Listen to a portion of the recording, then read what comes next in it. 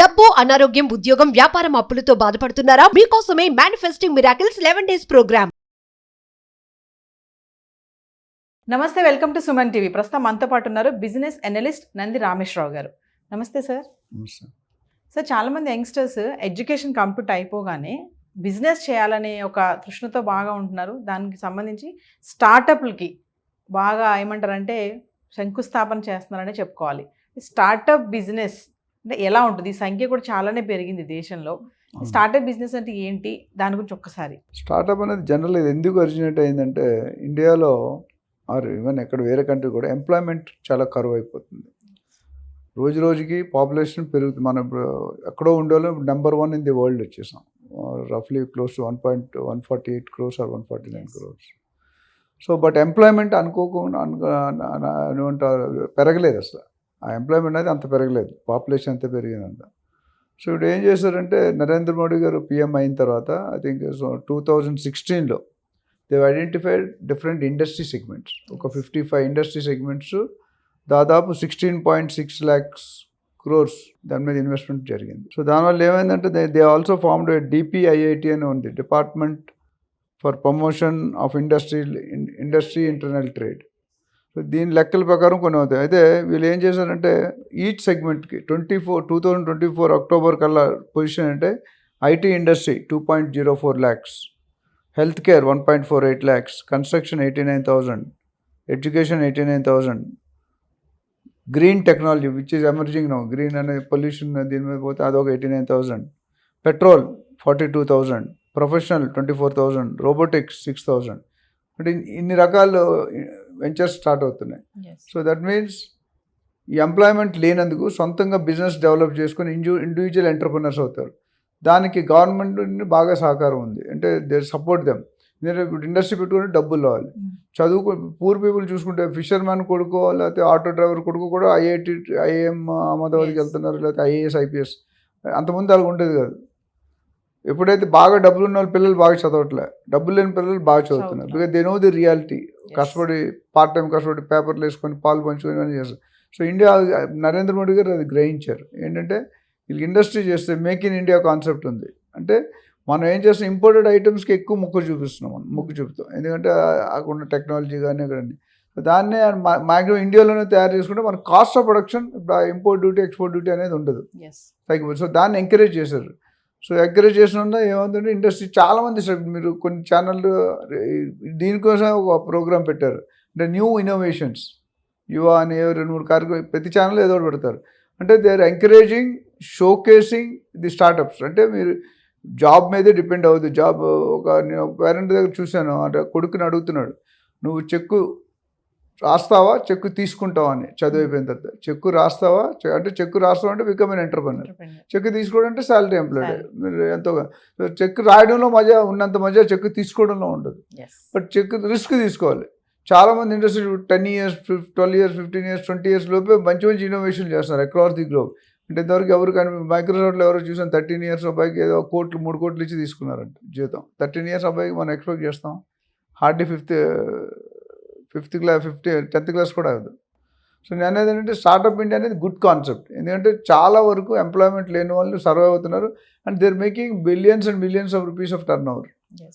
And government తరఫు నుండి కూడా సీడ్ ఫండ్ అని ఉన్న స్కీము, ఆ seed fund scheme, credit guarantee scheme అన్ని దానికి ఏం చేస్తున్నారు, మీరు ఓన్లీ మీ ఇన్నోవేషన్ చేసుకోండి, టెక్నాలజీ ఇన్నోవేషన్ తీసుకొస్తే మేము సపోర్ట్ చేస్తాం, మీరు ప్రొడ్యూస్ చేయండి. ఒకసారి ఇండస్ట్రీ సెట్ అయింది అనుకోండి, ఒకప్పుడు మీరు చూస్తే బ్లాక్ అండ్ వైట్ టీవీ పెద్ద గొప్పగా ఉండేది. ఇప్పుడు ఎవరైనా చూస్తున్నారు బ్లాక్ అండ్ పోర్టబుల్ టీవీ ఒకప్పుడు బాగుండేది. 2000 అప్పుడు నాకు తెలుసు 3,000 4,000 5,000 కొన్ని వచ్చినప్పుడు. ఇప్పుడు ఎవరైనా వాడుతున్నారు పోర్టబుల్ 10 times పెద్ద గోడ మీద ఫుల్ స్క్రీన్లు 5 feet 6 feet 7 feet ఎంతెంతో వస్తున్నాయి. సో ఇవన్నీ కారణం అంటే ఇన్నోవేషన్. సో దీంట్లో గవర్నమెంట్ అప్రిషియేట్ చేసినట్టు ఈ స్టార్టప్ ఇండియా స్కీమ్ అనేది చాలా విధంగా చాలామందికి వేల ఎంప్లాయ్మెంట్ బిజినెస్ క్రియేట్ అవుతుంది. వాళ్ళు బిజినెస్ పెట్టడం వల్ల ఎంప్లాయ్మెంట్ క్రియేట్ అవుతుంది. సో డేట్ ఎప్పుడంటే 2016 1st January is initiation for startup India by prime minister. So దానికి ఏం చేశారంటే బిజినెస్ చాలామంది ఈ స్టార్టప్ ఇండియాలోకి రావాలని చెప్పి ఫ్లోటెడ్ ర్యాంక్స్. అంటే 100 ఇండస్ట్రీలు వచ్చాయనుకోండి, 100 ఇండస్ట్రీలు టాప్ 3 ఎవరు, అట్లనే అవార్డ్స్, షీల్డ్స్, మెడల్స్, ట్రాఫీస్. అంటే ఎక్కువ మందిని రానియండి. స్పోర్ట్స్ ఒకప్పుడు మనకి పెద్ద వాల్యూ ఉండేది కాదు, ఎస్ ఎక్సెప్ట్ క్రికెట్ గేమ్. ఇప్పుడు అన్ని గేమ్స్ వచ్చాయి, షటిల్ వచ్చింది, టేబుల్ టెన్నిస్ వచ్చింది, కబడ్డీ వచ్చింది, చూసి తెలుగు టైటన్స్ ఇవన్నీ. అంటే వీళ్ళందరినీ ఎంకరేజ్ చేస్తున్నారు. ఐ సీన్ వన్ పర్సన్, ఒక అమ్మాయికి స్పోర్ట్స్లో బాగా ఇంట్రెస్ట్ ఉంది, డబ్బులు లేవు, కానీ నేషనల్ లెవెల్లో ట్రైనింగ్ కావాలి. ఒక ఇండస్ట్రియలిస్ట్ తీసుకొని ఆయన మొత్తం ఆయన డబ్బులు పెడతానండి. ఈరోజు ఆవిడ నేషనల్ ఒలింపిక్ లెవెల్లో గోల్డ్ మెడల్ చేయరు. So they are so many possibilities. Startups అనేది very good initiative by central government, continue అవుతుంది. Every year it is increasing. Yes ఏవో కొత్త కొత్త టెక్నాలజీ అన్నీ సింపుల్గా. ఒకప్పుడు మీరు చూసుకుంటే డాక్టర్ రెడ్డీస్ ఒక ట్యాబ్లెట్ 100 రూపాయలు అమ్మేది, అంటే బయట ఇంపోర్టెడ్. డాక్టర్ రెడ్డీస్ వచ్చిన తర్వాత ఇన్నోవేషన్ చేసి 10 రూపాయలు తీసుకొచ్చారు. అంటే చాలా కంపెనీలు, ఎగ్జాంపుల్ నాకు తెలిసి చెప్తున్నా. So overall new innovation, new technology is being encourage అది ఇన్ టర్మ్స్ ఆఫ్ స్పోర్ట్స్ కానీ, ఇన్ టర్మ్స్ ఆఫ్ ఇండస్ట్రీ కానీ, ఇన్ టర్మ్స్ ఆఫ్ చాలా ఆల్ సెగ్మెంట్స్లో, ఫుడ్ సెగ్మెంట్ కానీ, రియల్ ఎస్టేట్ కూడా న్యూ టెక్నాలజీస్. మిషన్లు తెచ్చుకోవాలంటే మనం అంత కాస్ట్ డబ్బులు పెట్టుకోలేము, నార్మల్ బిల్డర్ పెట్టుకోలేడు. ఈ స్టార్టప్ ఇండియాలో లేదంటే 2016 నుండి ఈ వరకు almost 4+4 8 years it is hundreds thousands of industries have been emerged. So దానివల్ల ఓవరాల్గా ఇండియన్ ఎకానమీ పెరుగుతుంది. బయటికి వెళ్ళిపోరు జనాలు. ఒకప్పుడు మనకు అమెరికా వెళ్ళడం చాలా క్రేజ్. ఈరోజు అమెరికాలో ఎన్ని ఇబ్బందులు పడుతున్నారో మీకు తెలుసు. ఎంత ఎంత టార్గెట్ పెట్టండి ట్రంప్ గారు. ఒక మేబీ 1 lakh 2 lakh మంది ఇమీడియట్గా ఇల్లీగల్ ఉన్నారు. ఇండియానే కాదు, all illegal immigrations will be sent out, band.